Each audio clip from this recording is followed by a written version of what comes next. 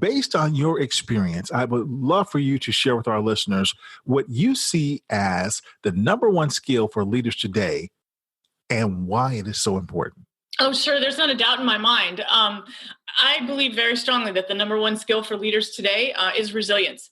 And I feel so strongly about it that I wrote a book about how to build it.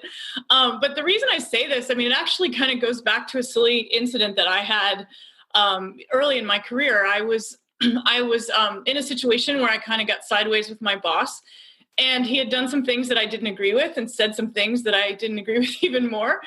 And I came back to work, the next day, and kind of a week went by, and I was really struggling with it.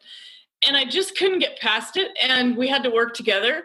And finally, he called me in and he said, Jennifer, if you can't figure out a way to bounce back faster and be more resilient, he said, you're not going to make it in leadership. And it was a complete slap in the face. And I was really upset about it, but it made me really think. And what I realized is that the people who make it as leaders we get knocked around. I mean, leadership is a combat sport. I mean, it is not for the faint of heart. And if you're going to put yourself out there as a leader in the midst of rapid disruptive change in the environment that the business world is in today, then it's not a matter of if you're going to get beat up and if you're going to have tough times. It's a matter of when.